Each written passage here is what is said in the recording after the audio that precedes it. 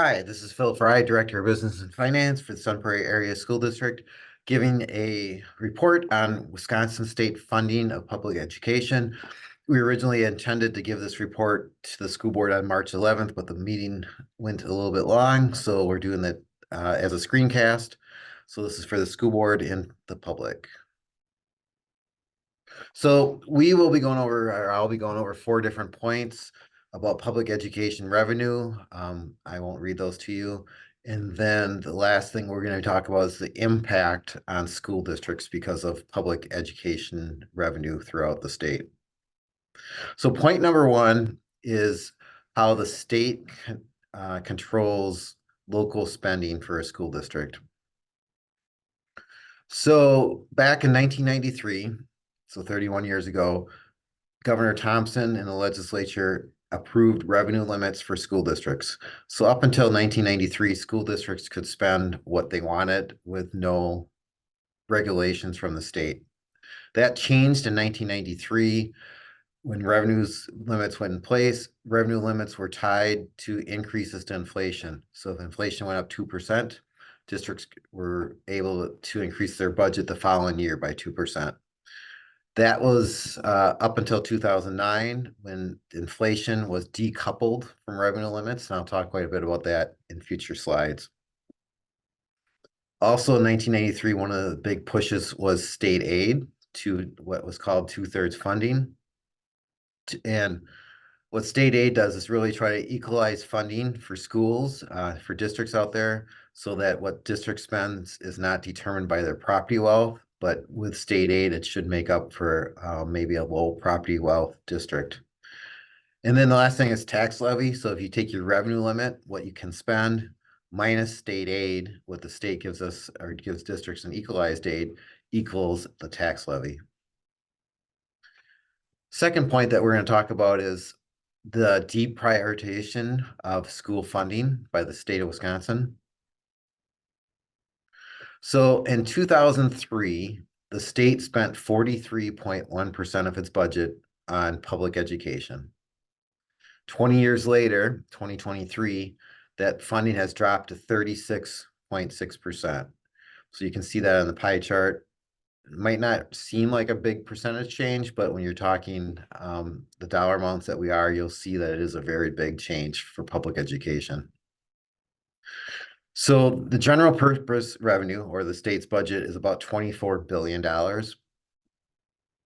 43% of that 24 billion is 10.3 billion.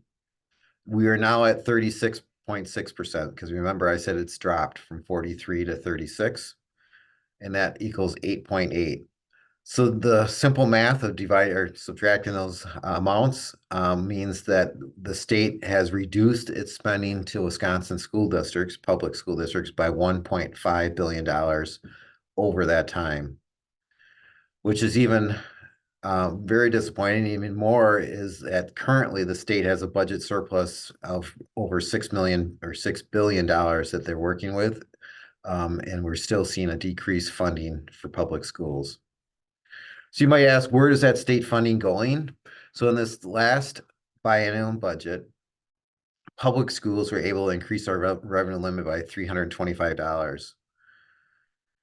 But you can see that private voucher schools were able to increase it on a per basis or per student basis a lot more. For instance, K-8 private voucher schools increased it by almost $1,500. Independent charter schools by over $2,000 per student. And then high school voucher students increased by $3,342. You'll see often on our slides, we credit sources. So this came right from Department of Public Instruction. But again, you can see that public schools on a per student basis over the last year had the smallest, and by pretty drastic amounts, the smallest amount. Another way to look at this is, what did the state of Wisconsin spend? In 2002, we were 11th in the country on our spending on public schools, and that was about 11% above the average, national average. Just 19 years later, we've fallen to 25th in the country on what we spend on public education. So our ranking has dropped pretty remarkable in a short amount of time, from 11th to 25th in the country. Even more disappointing, this does not affect Sun Prairie because we're not a rural district, but the vast majority of districts in Wisconsin are rural. Wisconsin spends the 11th lowest of all the country of the nation on rural school district spending.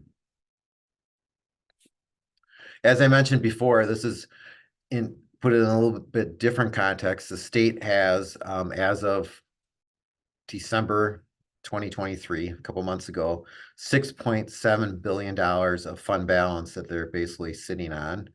The state is in a very good position to address many of the priorities of school funding, but at this point, they have not done that. Third point that we want to talk about is the failure of the state keeping up with inflation on what we give or what school districts are able to spend. Just to go back to that revenue cap discussion. So remember, revenue caps started in 1993 under Governor Thompson. Revenue caps at that time were tied to inflation. So again, remember, if inflation went up 3%, districts were able to increase their budget by 3%. In 2009, the legislature removed that inflationary index and just changed it to a per pupil increase that could change every year. And you'll see that in the next slides, how that affected it. The result of removing it from inflation to just a amount that they determined each year has been a dramatic variance between what inflationary increases would have been and what the actual per pupil increase has been. Again, you'll see that in the next couple slides. So this slide goes back to 2009 when again they decoupled it from inflation. So the dark blue bars going across for all the years is what inflation was for that year. And the orange bars is what the actual amount the state increased for our spending. And this information comes directly from the legislature fiscal bureau. So I'll just pick a couple years out, 2013-14. If we could increase our revenue limit by inflation, it looks like we would have got about $300 increase. I think that year we got $150, and that's what the orange bar represents. You can see there's a vast difference between inflation and what districts actually received. You can see years 2015-16, again, inflation was about $300 increase should have been. Districts received 0 increase that year. You can see every year inflation has outpaced what the state has given us. In 21-22 and 22-23, in times of higher inflation, inflation was around $350 to almost $400 should have been the increase. The districts received 0 in both those years. And I'll talk more about that in just a minute. So if you add up all those differences between what inflation was, the increase should have been tied to inflation, and what the actual amount was that districts were received, this is the cumulative effect of that going back again to 2010. So you get to the present fiscal year 23-24, districts are about $3,300 less than they would have received under the old revenue cap formula that was tied to inflation. $3,300 is a lot on a per student basis. For Sun Prairie, if you multiply that by our 8,400 students, that means on an annual basis, our budget could be almost $28 million higher if we just tied revenue caps to inflation, like they had been from 1993 up to the year 2009. This is just kind of another chart that this one's by the Legislative Fiscal Bureau, some information that they've put out there, but again, basically showing where the inflation increases have been and what the actual increases by the state have been. And you can see again, there's just that wide variance between inflation and actual. So that's kind of past history. Do you want to mention the last biennial budget? The state did give school districts opportunity to increase their revenue limit by $325 for both fiscal years 23-24 and 25-26. I do want to point out that districts that spend less than 11,000 were able to increase their spending up to 11,000. That's not the case for Sun Prairie. We're a little bit higher than that. So what I want to point out though is the second bullet. We spend $13,260 on our revenue cap. That's our basis. So if you take and do the math, the $325 per student equals a 2.5% student spending increase. So when the fourth bullet, our staffing cost went up about 7% this current fiscal year. We needed to do that to recruit staff and to retain staff. And when other districts and other employers are raising their rates by that, we have to do that to keep, at least to keep and maintain what we have. And other items in our budget, just like our utilities went up more than 10%. So hopefully you're seeing the disconnect that we were able to increase our budget on the revenue side by 2.5%, but our expenditures, and over 80% of our budget is salaries, went up by 7%. And another big part of our budget went up by 10%. So $325 is better than zero, like we got for the 2 prior years, but it's definitely not a windfall for public schools. And then just rolling ahead to next fiscal year, again, we're going to receive $325 more on a revenue cap basis. When you do the math on that for next year, it's going to be only a 2.4% revenue increase. And we're looking at staffing costs for next year that'll probably go up around 5%.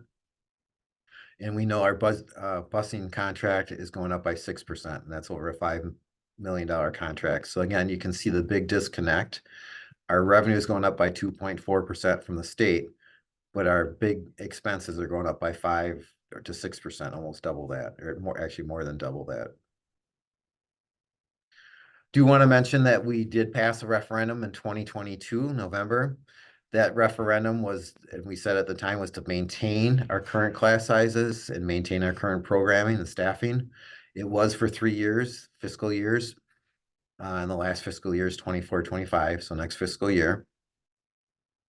That revenue limit again for 3 years, and it was 3 million each year. So 3 million the first year, another 3 million the second year, and then another 3 million the third year. Just to give you a percentage on that, that 3 million represents about a 2.7% per student increase. So again, didn't keep up with inflation.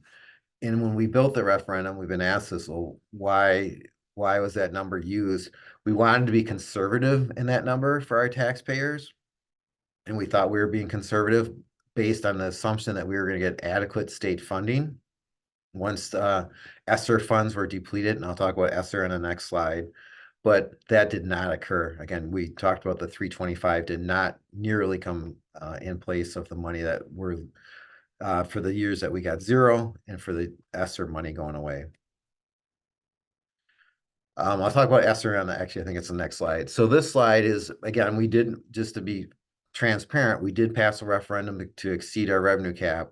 And where I said most districts are about $3,300 behind if they didn't pass referendums, because we did pass that referendum, we're about $2,586 behind on a per student basis of where we should be if we would have just received the inflationary increase.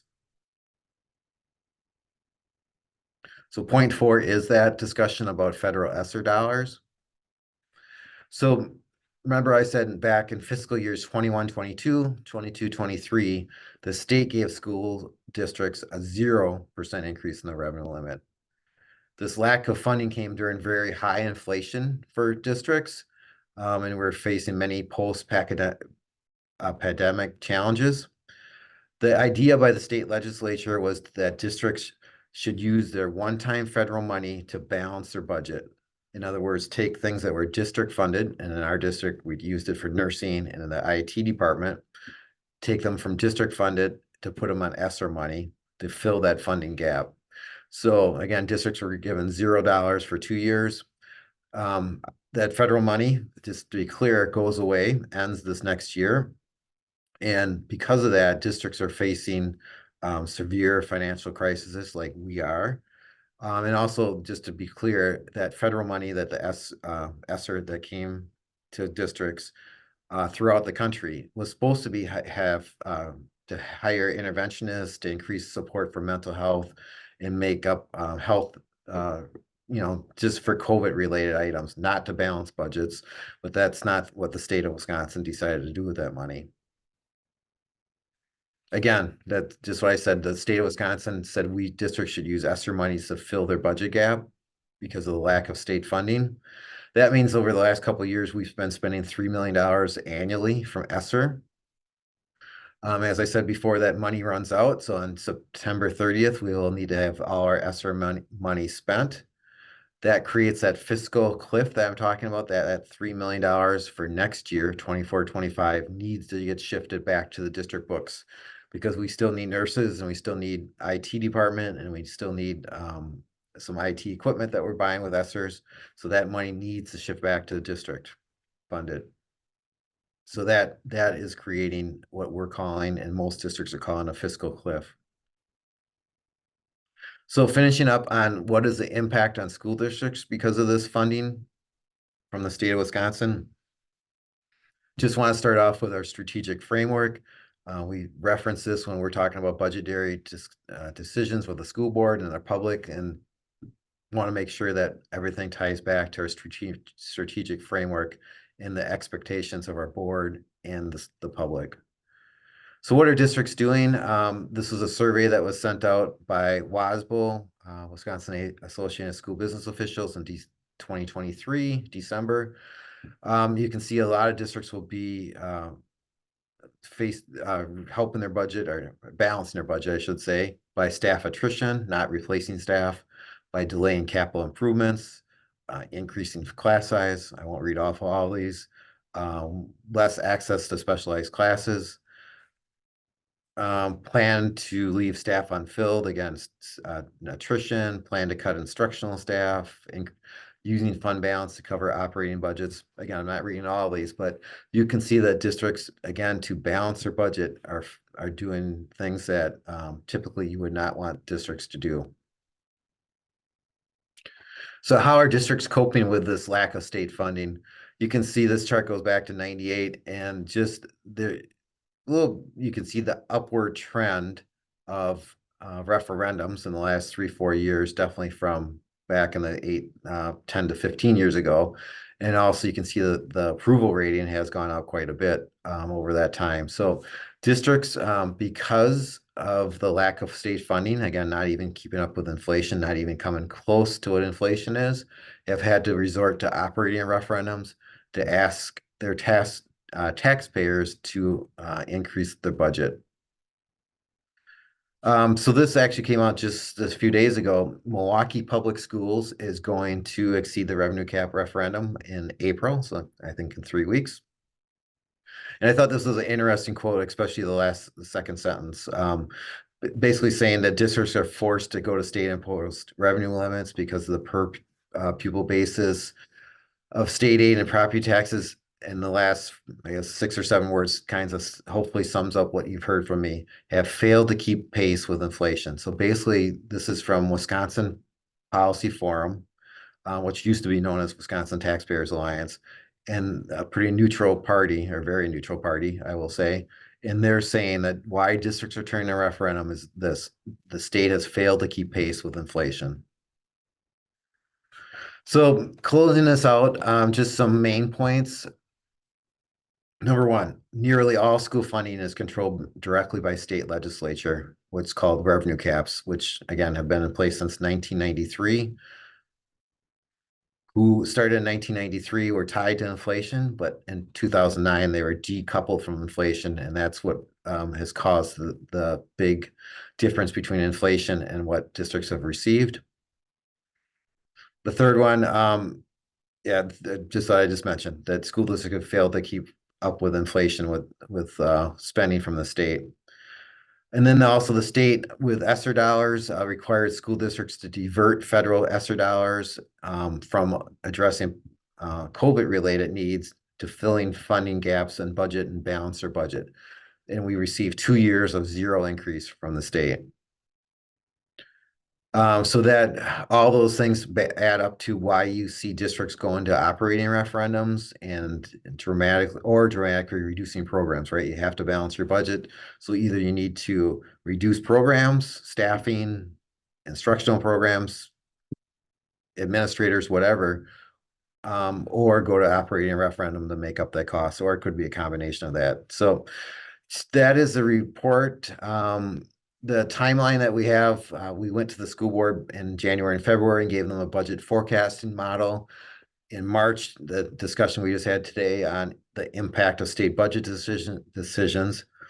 In April, we'll be talking to the school board about things that we've done in the district to be good stewards of our funds and cost savings ideas that we've done. In June, then we'll come to the school board with a plan to address the budget shortfall. And then over summer and next fall, we'll take any other action steps that we need to do.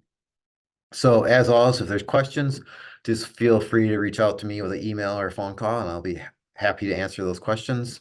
Have a good day.